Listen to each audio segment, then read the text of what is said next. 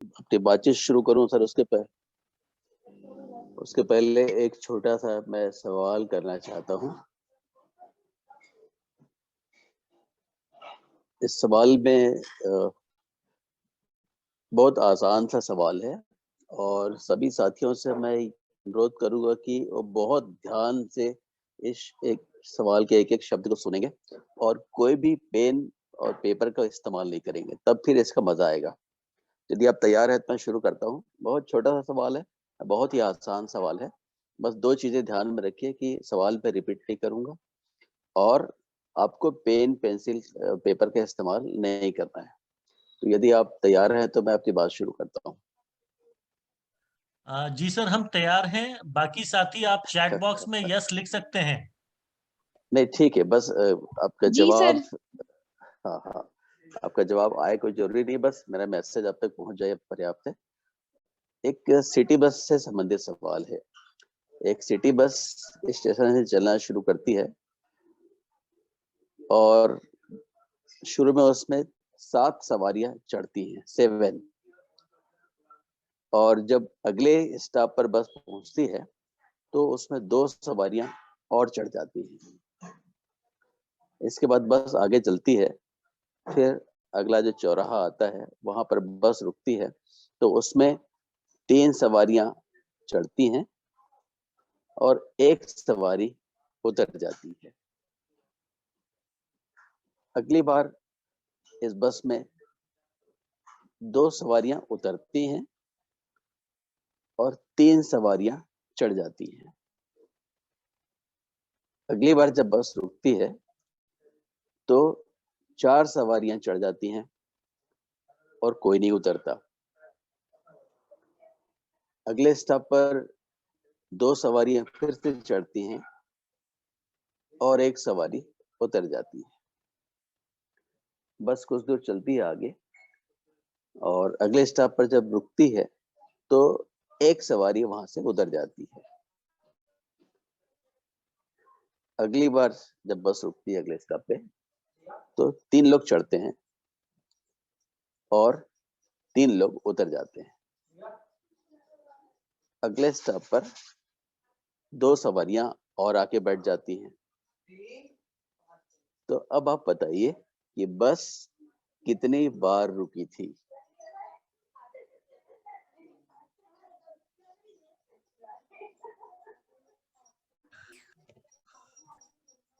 Sir इसका उत्तर मैं तो नहीं दे पाऊंगा, बाकी कोई साथी दे सकते हैं तो बताएं। बस सर, इसके उत्तर की आवश्यकता नहीं है, बस ये एक मैं तो रोमांच था। आदमी गिन रहा था सर, 18 गणित आदमी तक में पहुंचे थे हम। जी जी, 14-16 आदमी पे ही अपन टिक करके रह गए, स्टॉपेज पे ध्यान नहीं दे पाए सर। चलिए कोई बात नहीं सर, ये सवाल बस इसीलिए था कि हम थोड़ा सा एंजॉय करें। इस सवाल के माध्यम से एक इस बात मैं आपके साथ कहना चाहता हूँ कि अक्सर गणित को लेकर के हमारे अंदर कुछ धारणाएं बनी हुई होती है कि गणित ऐसा है, गणित वैसा है, गणित बहुत मुश्किल है, गणित में कई तरह की ऐसी चीजें इस्तेमाल की जाती हैं जो हमारे समझ में नहीं आती। ऐसी बहुत सारी धारणाएं हम सब गणित के बारे में अपने अंदर बना के रखते हैं, कहीं से सुन के या अपने खुद के अनुभव से ये चीजें हमारे अंदर मौजूद होती हैं। लेकिन गणित वास्तव में कुछ और है जैसा हम सोचते हैं। उसके अलावा भी उसके बहुत सारे स्वरूप हैं। जैसे आपने सवाल में देखा कि हमारा ध्यान कहीं और था, लेकिन अंत में जो प्रश्न आया वो किसी और चीज के बारे में आया। तो वैसे ही गणित का एक रूप है, एक ऐसा रूप जो हम देख पाते हैं और एक ऐसा रूप जो छुपा हुआ है। इसके साथ एक बात और मैं कहता हूँ कि जो गणित है वो केवल किताबों या स्कूल में पढ़ने वाली चीज नहीं है, वो हमारी जिंदगी से बहुत नजदीक से जुड़ी हुई है।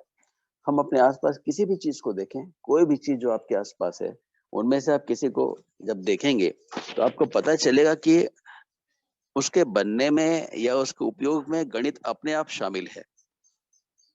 जैसे आप किसी बढ़ई को काम करते हुए देखें, भले उसने किसी स्कूल में शिक्षा प्राप्त नहीं की है, लेकिन जब वो अपना काम करता है तो अपने काम के दरमियान गणित का इस्तेमाल करता है कि नहीं करता है। यदि इसमें आप सोचना शुरू करें तो आप देखेंगे भले वो संख्याओं का इस्तेमाल नहीं कर रहा है, लेकिन जब एक लकड़ी को दूसरी लकड़ी के साथ जोड़ता है खांचे बना के उसमें जब डालता है, तो आप उसे काम को बारीकी से देखिए कि वो इस तरह से जोड़ लगाता है कि दोनों लकड़ियां उसी कोण पे जुड़ती हैं जिस कोण पे वो चाह रहा है।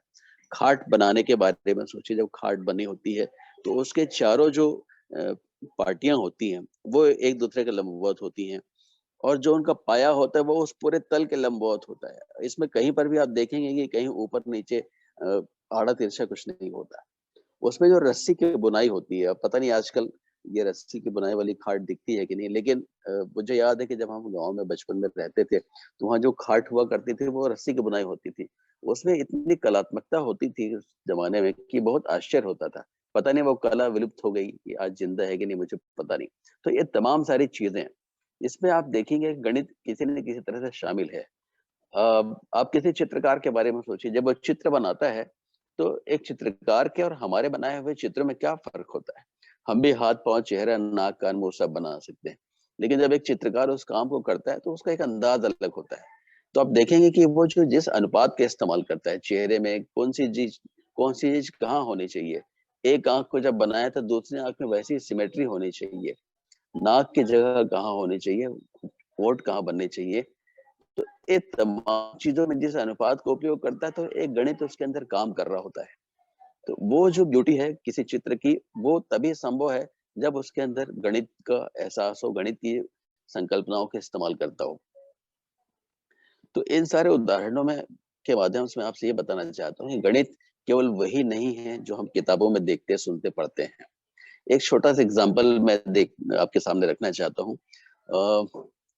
इस उदाहरण में आप देखेंगे कि एक छोटा-सा बच्चा है, वो गणित का इस्तेमाल करता है कि नहीं करता है। गणित को हम समझते हैं कि कक्षा में जब हम शुरू करते हैं, कक्षा 1 में जब बच्चा आता है या उसके पहले किसी स्कूल में पढ़ रहा होता है, तो वहाँ पर गणित की शुरुआत होती है। लेकिन ऐसा नहीं है। गणित एक छोटे से बच्चे के जीवन में भी शामिल होता है। एक घटना मैं आपके सामने रखना चाहता हूँ, जो मैंने कुछ साल पहले ऑब्ज़र्व की थी। जहाँ मैं रहता था वहाँ सामने एक परिवार में बच्चे का जन्मदिन था। हम सब लोग वहाँ बैठे हुए थे और बहुत सारे छोटे-बड़े बच्चे वहाँ पर बैठे हुए थे। तो एक करीब 6 महीने का बच्चा था जो वहाँ खेल रहा था बाकी बच्चों के साथ, और वो बच्चा अभी खड़ा नहीं हो पाता था अपने से, वो किसी चीज़ को पकड़ के खड़ा हो जाता था, लेकिन अभी वो घुटने के बल चलना ही सीख पाया था, इतना छोटा बच्चा था। उस कमरे में जितने बच्चे थे उन सब के पास वो गैस वाले गुब्बारे, जिसको हम फुग्गा बोलते हैं, वो थे, और उस छोटे बच्चे को भी एक गुब्बारा मिला हुआ था। उसकी माँ ने क्या किया था कि गुब्बारे में जो धागा बंधा था, उस धागे को उन्होंने उस बच्चे की कलाई में लपेट दिया था ताकि बच्चा खेलते रहे और फुग्गा उससे छूटकर दूर मत चला जाए। लेकिन पता नहीं कब कैसे वो गुब्बारे का जो धागा था, वो उस बच्चे के हाथ से छूट गया और गुब्बारा उड़ते हुए छत पे जाकर टिक गया।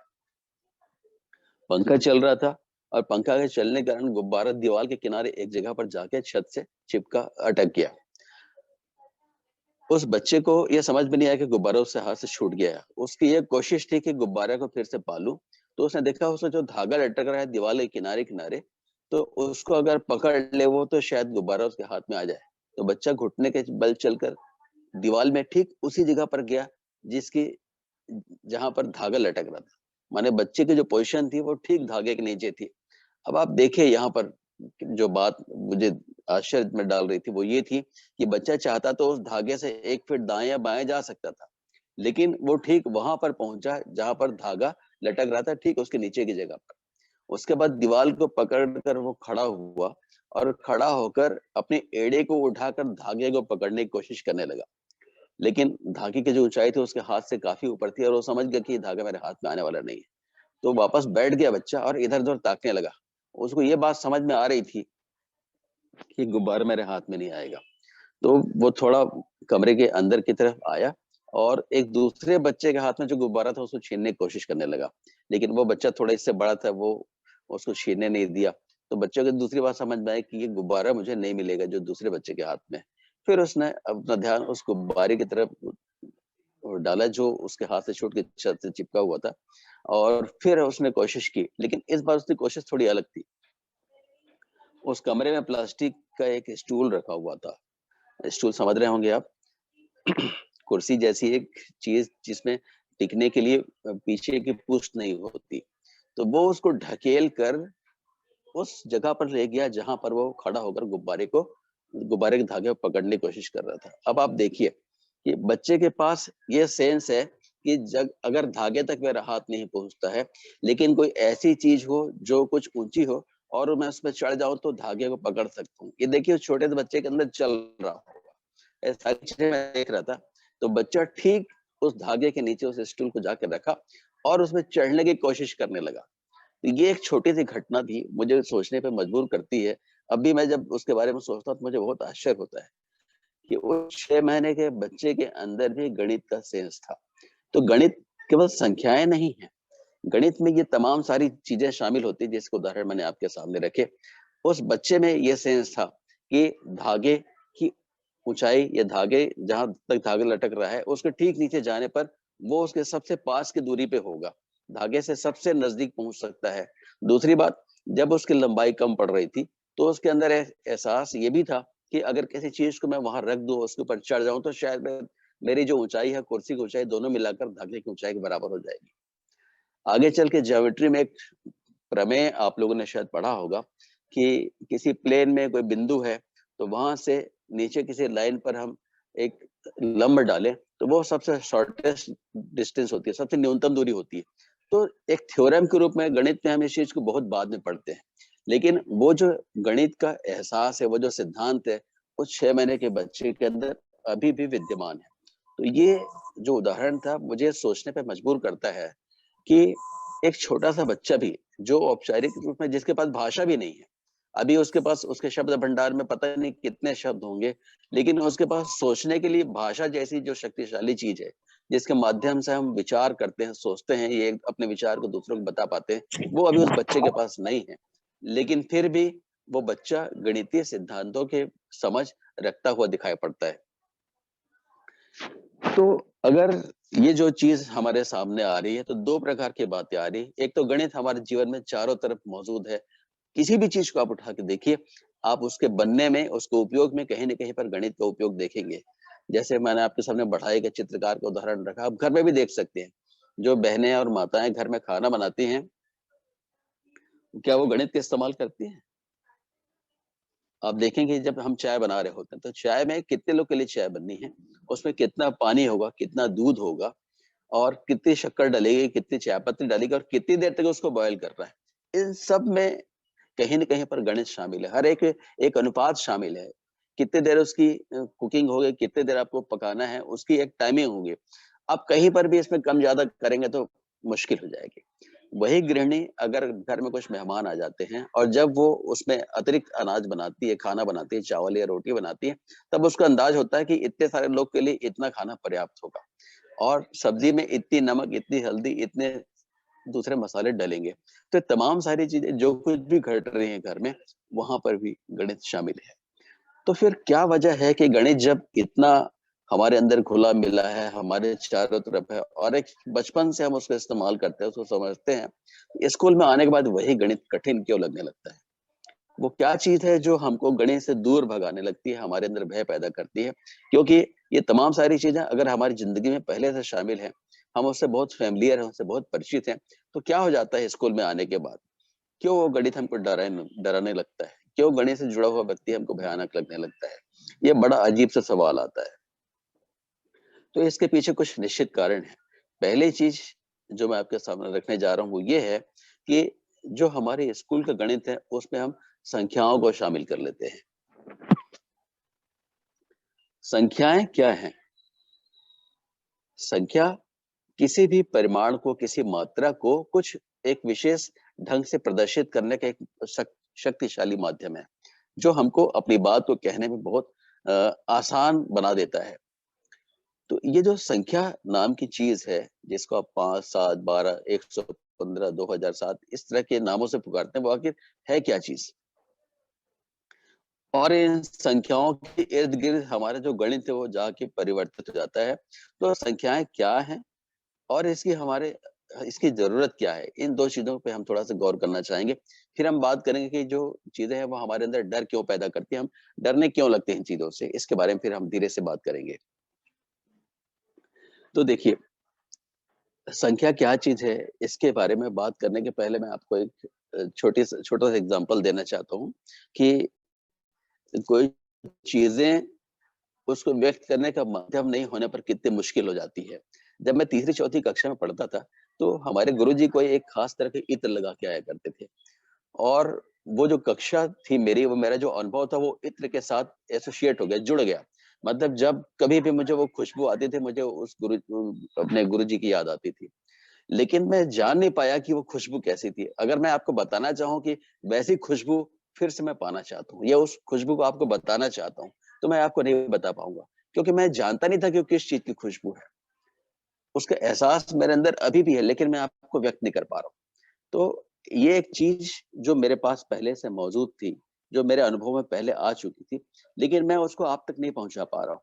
उसकी वजह ये है कि वो जो खुशबू है, वो जो एहसास है, वो जो अनुभूति है, वो मेरे लिए अमूर्त है। उसको मैं दिखा नहीं सकता आपको। वैसे ही जैसे अगरबत्ती की जो खुशबू होती है, तो अगरबत्ती किसी अलग-अलग पसंद है लोगों की, सबको अलग-अलग गंध वाली अगरबत्ती पसंद आती है।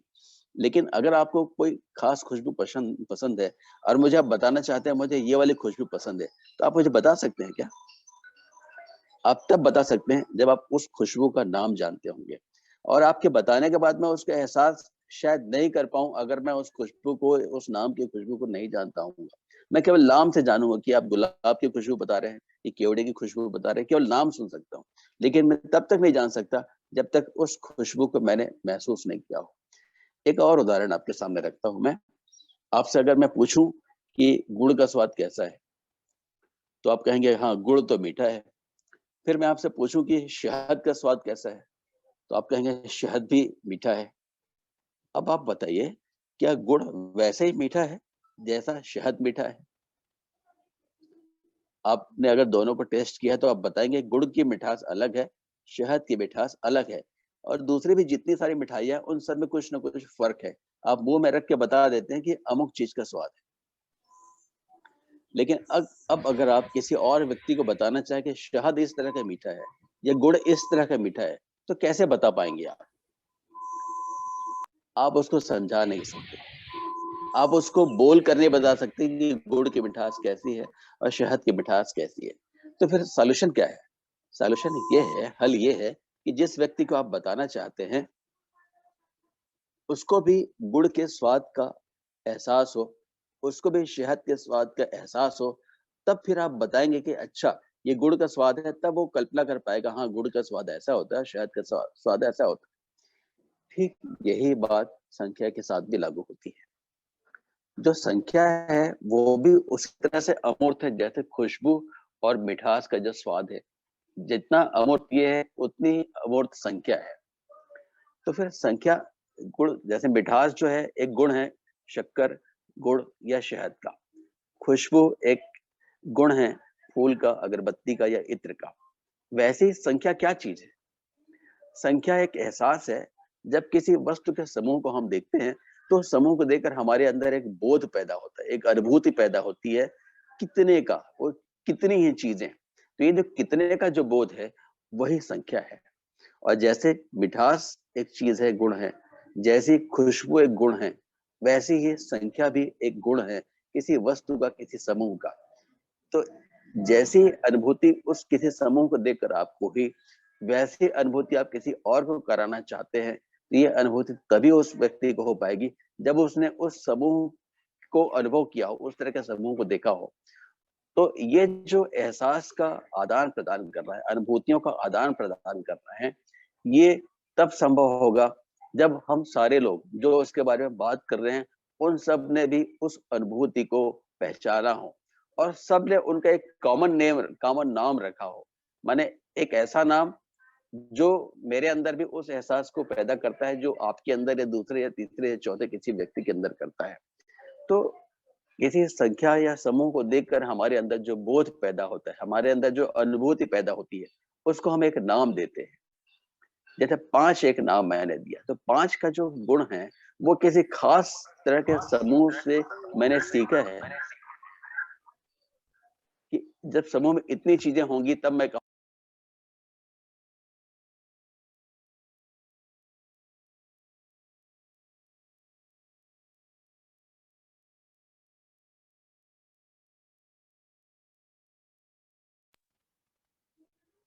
सर आवाज म्यूट हो गई।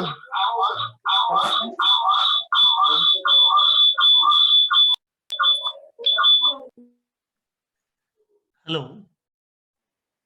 हेलो। जी आ रही है सर आवाज। हाँ, अभी आ रही है सर। हाँ चलिए ठीक है, ठीक है। सर मेरी बात क्लियर पहुंच पा रही है आप तक? बिल्कुल हेलो सर। देवाशीष जी। 5 सेकंड के लिए आप म्यूट हो गए थे सर, बस आवाज बराबर आ रही है जी सर। जी आ रही है सर। ठीक, ठीक है। तो मैं जो बात कहना जा रहा था वो ये है कि ये संख्या भी एक एहसास है जो हम सबके अंदर पैदा होता है समूह में कुछ चीजों को देख करके। तो इस एहसास को मैं यदि ट्रांसफर करना चाहता हूँ, किसी और को बताना चाहता हूँ, तो मैं तभी बता सकता हूँ जब वैसा ही एहसास उस व्यक्ति को भी हो जिससे मैं पाश के बारे में या किसी और चीज के बारे में बात करना चाहता हूँ। तो संख्या उस अनुभूति को व्यक्त करने का एक माध्यम है। जैसे मैं खुशबू के लिए कह सकता हूँ केवड़े की खुशबू है, मिठास के लिए कह सकता हूँ ये शहद की मिठास है, वैसे ही संख्या के बोध के लिए मैं कह सकता हूँ ये संख्या 5 है। तो जैसे मिठास की, जैसे खुशबू की अनुभूति सबने की है एक ही तरह से एक ही चीज की, तब वो उसको जान पाते हैं। ठीक वैसे ही संख्या का भी हमने नामकरण कर रखा है। जैसे 5 एक ध्वनि है, एक शब्द है जो मैं आपके सामने उच्चारित कर रहा हूँ, तो आपके अंदर भी उस चीज का एहसास हो रहा है। जैसे मैं कहूँ कि मेरे हाथ में 5 उंगलियां हैं, तो आप समझ पा रहे हैं कि मैं 5 माने किस चीज के बारे में बात करने जा रहा हूँ। तो ये जो शब्द है 5, जिसे हम उस संख्या का नाम कहते हैं, वो एक माध्यम हुआ अपने अनुभूति को एक दूसरे तक पहुंचाने का। दूसरा माध्यम होता है जब हम लिख के एक संकेत बनाते हैं, एक आकृति बनाते हैं, और वो जो आकृति वो किसी संख्या विशेष को प्रदर्शित करती है। तो जैसे 5 जो मैं कह रहा हूँ उसको मैं लिख कर बताना चाहूंगा तो मेरे पास बहुत सारे माध्यम है लिख कर बताने के। बहुत सारी संख्या प्रणालियां है जिसमें 5 को अलग अलग तरीके से लिखा जा सकता है। तो उनमें से किसी एक तरीके का उपयोग करके मैं स्लेट पर या कागज पर एक आकृति बनाऊंगा, और आकृति को बनाते साथ ही आप समझ जाएंगे कि मैं क्या कहना चाह रहा हूँ। और यदि मैंने उसका नाम 5 रख लिया है तो आप समझ जाएंगे हाँ 5 माने वो जो आकृति बनी हुई है उसका नाम 5 है। और ये वो आकृति और ये नाम, ये दोनों ही उस संख्या से अलग है। ये दोनों के दोनों उस संख्या के बारे में बात करें, वो संख्या नहीं है। मैं जो 5 कह रहा हूँ वो संख्या नहीं है। मैंने जो 5 लिखा है बोर्ड पर या स्लेट पर या कागज पर, वो संख्या नहीं है। उस संख्या को बताने का माध्यम है। तो संख्या कहाँ पर है? संख्या मेरे और आपके दिमाग में है। तो ये जो संख्या की प्रकृति है कि वो अमूर्त है, देखी नहीं जा सकती, उसको हम छू नहीं सकते, उसको हम पकड़ नहीं सकते। तो ये संख्या की जो अमूर्तता है वो पूरे गणित की अमूर्तता बन जाती है। और ये एक बड़ा कारण है कि बच्चों को गणित, उसके दैनिक जीवन से जुड़े हुए गणित से थोड़ा सा अलग लगना शुरू होता है। तो ये तो संख्याएं जो मैंने आपसे कही कि संख्या का परिचय आपके सामने कराया, और उन माध्यमों के बारे में बात की जो हमको उस संख्या को समझने में या उस समझ को आदान प्रदान करने में हमारी मदद करता है। ये 2 चीजें हुई। अब इसके आगे की बात है, क्या ये संख्याएं हैं कितनी? तो आप जानते हैं कि हम शून्य से लेकर 1 2 3 4 5 6 7 8 9 तक एक खास तरह की आकृतियां बनाते हैं। लेकिन जैसे हम आगे बढ़ते हैं हम इन्हीं आकृतियों को दोबारा रिपीट करना शुरू करते हैं। तो ये एक खास तरह का सिस्टम है, संख्या प्रणाली है, जिसमें हम खूब सारे अगर चिन्ह बना लेते तो हमारे लिए व्यवहार में मुश्किल हो जाता। अगर हम 100 संख्याओं के लिए 100 चिन्ह बनाते तो उनको याद रखना बहुत मुश्किल होता। तो हमने फिर क्या किया कि कुछ खास चिन्हों का इस्तेमाल अलग-अलग तरह से करके हमने नई संख्याओं को जानना शुरू किया।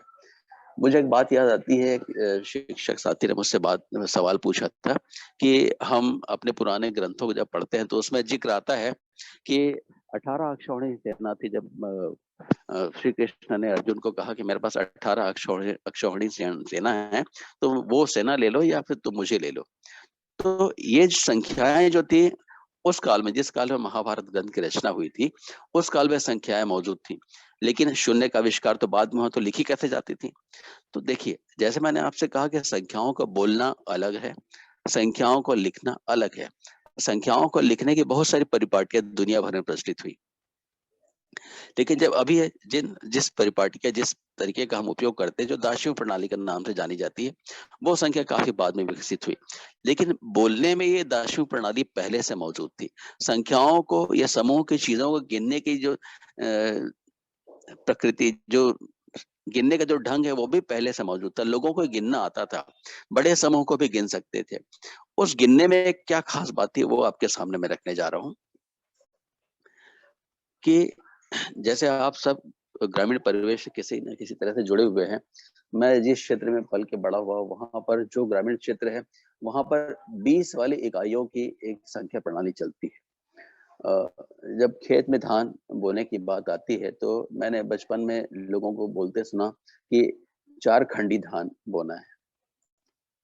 4 खंडी का मतलब उनके पास नापने का एक पात्र होता है जिसको वो कुरो बोलते थे, इस तरफ अभी भी कुरो बोलते हैं। तो 20 कुरो को उन्होंने एक खाड़ी या एक खंडी का नाम दिया और 20 के बाद की जब उनकी गिनती आती है तो एक खाड़ी 1, एक खाड़ी 2, एक खाड़ी 3, एक खाड़ी 4। तो एक खाड़ी 4 जब वो कह रहे हैं तो उसका मतलब उनके पास 20 कुरो और 4 कुरो। तो उनके पास 24 वाला शब्द नहीं है, लेकिन 24 को व्यक्त करने के पास उनकी भाषा में एक दूसरा शब्द है, एक खाड़ी और 4। तो ये तो धान के मापने का जो बर्तन था जिसको कुरो कहते थे, तो कुरो माने एक धारिता के माप के रूप में उनके पास था। और जब इसकी निश्चित मात्रा हो जाती थी, 20 हो जाती थी इसकी संख्या, तो उसको एक नई इकाई से खाड़ी के रूप में वो कहते थे या सर खंडी के रूप में उसका इस्तेमाल करते थे। Sir 20 second hello. में एक सेशन कट जाएगा, तो सभी साथियों से जी, निवेदन है कि जी, वापस इसी लिंक पे क्लिक करके हम लोग जुड़ जाएंगे। जस्ट सूचना। जी। जी। तौर पर जो गिनने की प्रक्रिया थी उसमें लिखने की प्रणाली नहीं थी, उसको लिखते नहीं थे वो, लेकिन वो पूरी संख्या व्यक्त हो पाती थी।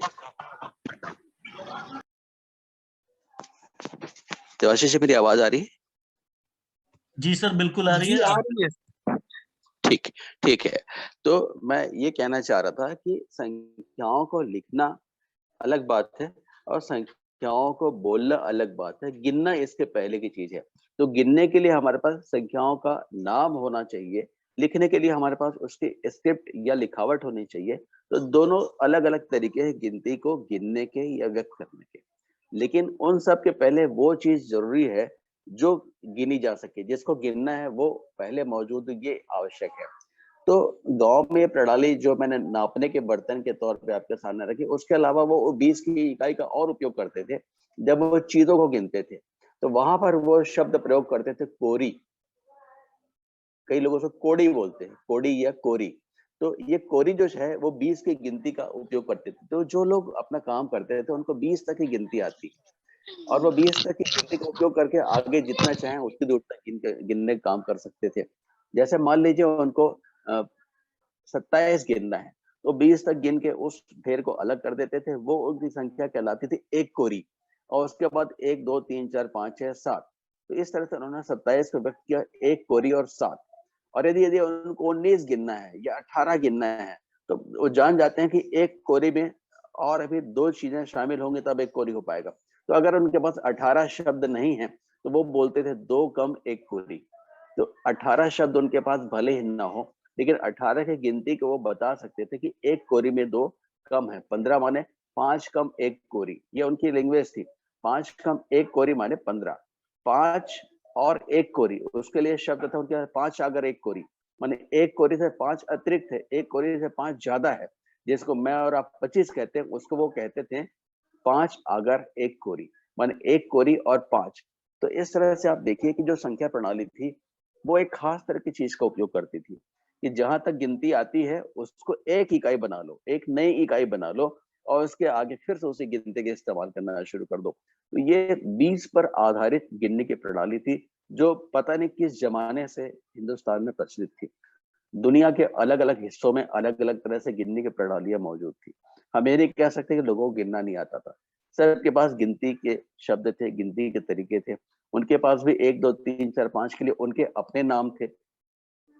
हो सकता है लिखने के लिए उन्होंने कुछ और तरीका इस्तेमाल किया हो। मैंने गांव में ही देखा था कि एक मेरे मित्र थे, वो जब मजदूरी देते थे तो दीवार पे गोबर से निशान लगाते थे। मैं पूछा भैया ये क्या है?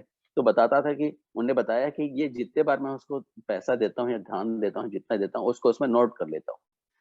और वो क्या करते थे, एक निश्चित संख्या जाने के बाद वो गोल घेरा बना देते थे और वो कहते थे कि इतना घेरा बन गया इसका मतलब वो 20 दिन काम कर चुका या उसने 20 20 रुपए मुझसे ले लिए।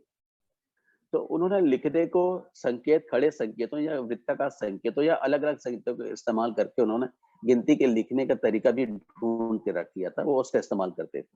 तो हम इस माध्यम से यह समझ पाते हैं कि चीज़ों को गिनना लोगों को आता था, उनके तरीके अलग-अलग हो सकते थे।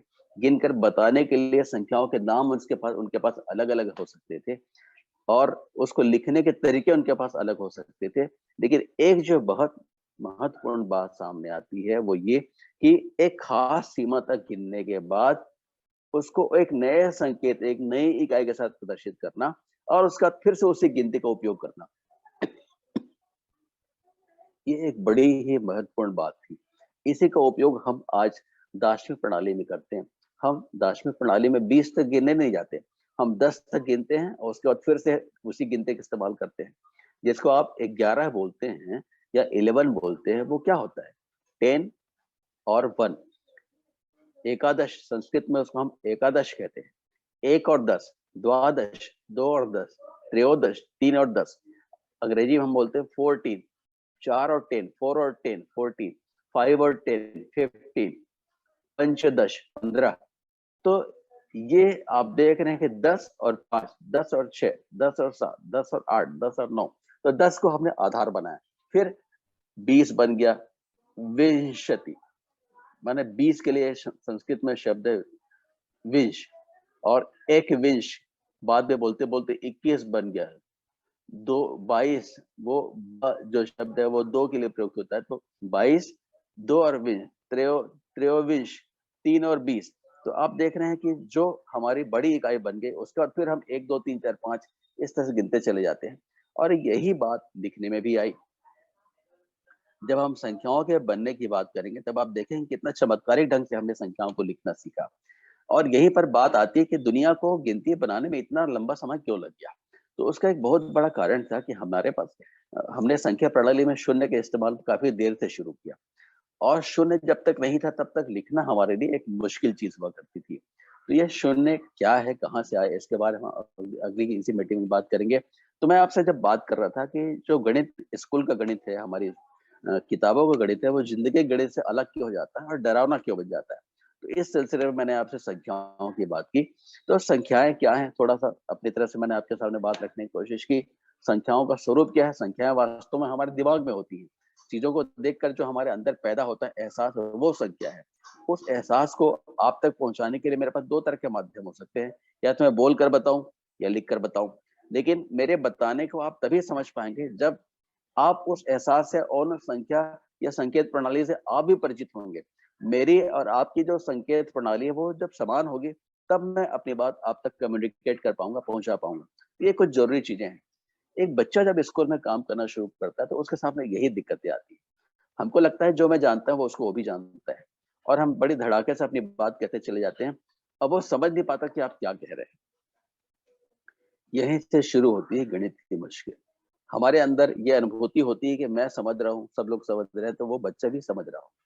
लेकिन अभी उसके पास वह भाषा नहीं है, वह संकेत नहीं है जिसका इस्तेमाल मैं और आप आम तौर पर कक्षा में करते हैं। वो आपकी बात सुनता जरूर है, लेकिन वो समझ नहीं पाता कि आप क्या कहना चाह रहे हैं, किसके बारे में बात करना चाह रहे हैं। और यहीं से वो बीच पड़ना शुरू होता है कि हमारी और उसकी बातचीत में एक गैप बनता चला जाता है और धीरे-धीरे ये गैप बढ़ता चला जाता है, कम नहीं होता। और यही गणित की मुश्किल को बढ़ाने का काम करता है। तो हम कहाँ पर रुके, कैसे काम करें, इसके बारे में हम फिर से बात करेंगे। देवाशीष जी, मैं कहना चाहूँगा कि अभी तक जो बात हुई, उसको लेकर कुछ हमारे साथी यदि प्रश्न करना चाहते हैं तो कर लें। बिल्कुल सर, बहुत बहुत सुंदर अच्छी बात आपने बताई कि आखिर संख्याएं कैसे, हमने जो मूर्त चीजें हैं, जो हमें 5 आम दिख रहे थे, आम जो कि 5 थे, उनको हमको दूसरे को भी बताना था कि मेरे पास 5 आम है, तो कैसे बताएं।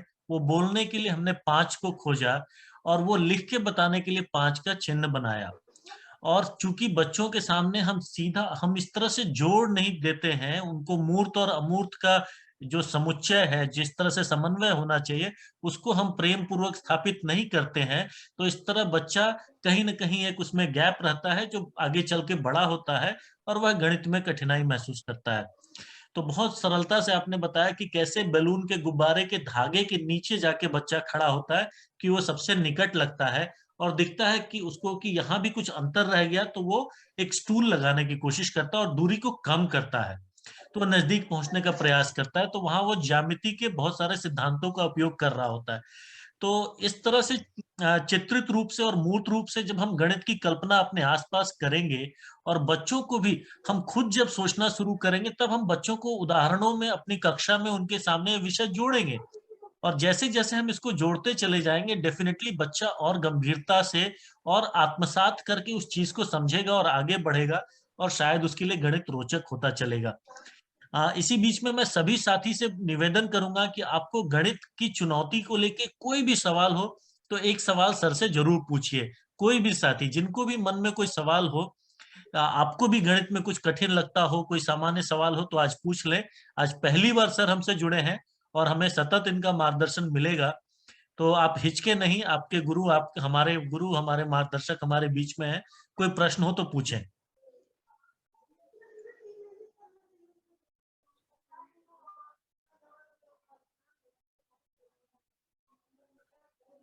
किन्हीं के पास कोई भी प्रश्न हो, छाया जी, दिव्या जी, लक्ष्मी जी, निर्मला जी, आपके पास कोई सवाल?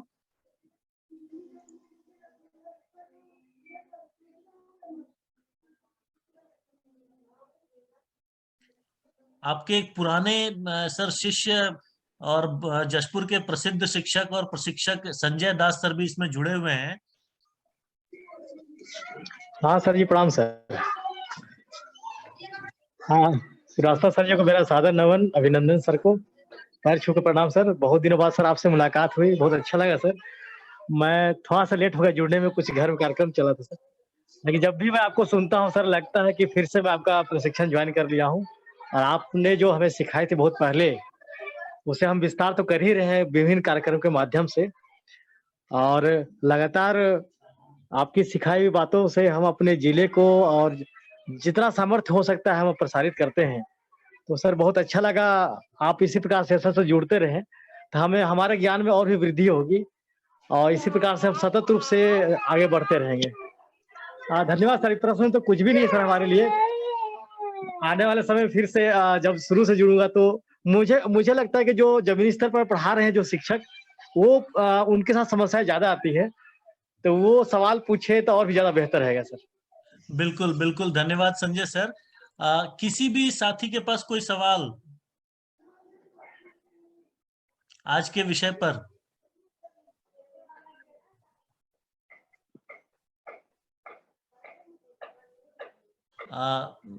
सर लगता है आज कोई ज्यादा सवाल नहीं है, लोगों ने आपके बातों को स्वीकार किया है, और और बात सही है, लोग समझ रहे हैं इन चीजों को। बीच बीच में चर्चा में आता है, कुछ कठिनाइयां हैं, और हमको लगता है कि और भी आगे समझेंगे लोग तो आपसे और सवाल उठेंगे। जी ठीक है जोशी जी। मुझे बहुत खुशी हुई है। संजय का एक मैसेज मुझे मिला था, हाँ। अभी बीच में आप दोनों की आवाज कट गई थी सर, मैं नहीं सुन पाया आपने क्या बातचीत की। अच्छा। संजय बहुत ही प्रिय शिष्य है, मित्र है, क्या कहूँ मैं। और जशपुर से जब वो आया करते थे तो उनके अंदर बड़ी जिज्ञासाएं हैं, बड़े अच्छे सवाल वो करते थे, और मुझे बहुत अच्छा लगता था उनकी जो क्रिएटिविटी है कि एक नए तरह से चीजों को सोचते थे, सवाल करते थे। तो ये आपके ग्रुप में शामिल हैं, ये बहुत खुशी की बात है। बिल्कुल सर, और एक बार मुझे याद आता है कि संजय सर से भी हमने क्लास बहुत पहले एक बार एक सेशन लिया था उन्होंने, तो उसमें हम लोगों ने गिनती का यह बिंदु ध्यान में दिया था कि 1 से 10 गिनने के बाद 11, 12, 13, 14, 15, 16, 17, 18, 19, 20, और 20 के बाद 21, 22, 23, बेसिकली इस तरह की गणनाएं थी। तो हमारा जो सिस्टम है वो 20 को पकड़ के चलता है 20 के बाद की गिनती में, 30 की बाद की गिनती में 31, 32, 33, 34, 35, इस तरह से पकड़ के चलता है। तो ये एक मौलिक बिंदु की ओर भी उन्होंने जरूर कहीं ना कहीं आपसे उन्होंने प्रेरणा ली होगी और इस बात को सामने लाए थे। तो इसके साथ ही मैं बिल्कुल आप सर, सभी मैं का हाँ रिक्वेस्ट कर रहा हूँ सर। हाँ मेरी जितनी भी बताई बातें सर, सब मैंने सुधीर सर से ही सीखी है सर, और वो हमारे गुरु रहे हैं। और भिन्न के ऊपर भी जितनी बातें मैंने की थी और जितनी नई बातें बताई हैं, तो सर के द्वारा ही हम लोग बताया गया था। और बहुत खुशी होती है कि जब मुझे अंदाजा नहीं था कि सुधीर सर जुड़ जाएंगे। बहुत बहुत बहुत बहुत खुशी हुई मुझे सर। इतनी खुशी मैं बयान नहीं कर पा रहा हूँ सर इस कार्यक्रम के माध्यम से। और सर हमेशा जुड़े रहे तो निश्चित रूप से झारखंड हो, जसपुर हो, छत्तीसगढ़ जो भी हो, निश्चित रूप से शिक्षकों में मतलब गणित का बिल्कुल जो मौलिक आप जो कहते हैं सर, मौलिक बिंदुओं का विकास होगा, वो समझ पाएंगे गणित क्या चीज होता है। मैंने भी हमेशा किया सर, लेकिन जब तक मैं सुधीर सर से जुड़ा नहीं था तब तक मुझे भी गणित की समझ उतनी अच्छे से नहीं हो पाई थी। लेकिन सर से जुड़ने के बाद मैंने भी गणित को समझा और मैंने इस प्रकार से ज्ञान को आगे बढ़ाया सर। सर पुनः धन्यवाद श्रीवास्तव सर जी को। देवाशीष सर। बिल्कुल सर, इसका इसका उत्तर सुधीर सर ही दे तो उत्तम है। मैं तो गुरु शिष्य के बीच में क्या पढ़ूंगा, लेकिन मैं लाभ लेने के लिए और मेरे साथी लाभ लेने के लिए सर से जुड़ते रहेंगे। सुधीर सर। ठीक है संजय, ये तुम्हारा बड़प्पन है कि तुम इस तरह से बात करते हो। तो मेरा भी सौभाग्य है कि मैं ऐसे साथियों के साथ जुड़ता हूँ जिनके साथ गणित पे बात करके मुझे आनंद आता है। तो देवाशीष जी ठीक है, मतलब आज मैं समझता हूँ कि इतनी बात को रखें, अगली बार हम संख्याओं पे बात करेंगे, संख्या कैसे बनती है। और शायद संजय ने इस पे बात की, लेकिन हम दोबारा से रिपीट करेंगे। ये संख्याओं का बनना यदि जब हम समझ जाएंगे और बहुत आसान तरीके से संख्याएं का बनना हम सीख सकते हैं, और यदि उस तरीके से हम बच्चे के पास लेके जाएंगे तो बच्चे को अगर संख्याओं की समझ आ जाएगी, जो लिखा है उसका अर्थ क्या है, उसमें जो जगह है उनकी, जिसको हम गणित की भाषा में स्थानीय मान कहते हैं, वो उसको समझ में आने लगेगा तो अपने से संख्याएं बनाएगा। फिर किसी भी संक्रिया में जोड़ने, घटाने, हासिल, उधार, भाग देने, गुणा करने को बहुत आसानी से और खेल खेल में बच्चा करेगा। तो मुझे पूरा यकीन है कि जो हमारे शिक्षक साथी जमीनी स्तर पे काम कर रहे हैं, उनको पढ़ाने में भी मजा आएगा और उनसे जो बच्चे जुड़ेंगे उनको सीखने में बहुत मजा आएगा। बिल्कुल सर, बहुत बहुत धन्यवाद सर। अगले सेशन में हम आपसे संख्या के निर्माण और स्थानीय मान के बारे में सीखेंगे। और सभी साथियों का जुड़ने के लिए और सुधीर सर का बहुत बहुत धन्यवाद। धन्यवाद सर। धन्यवाद सर।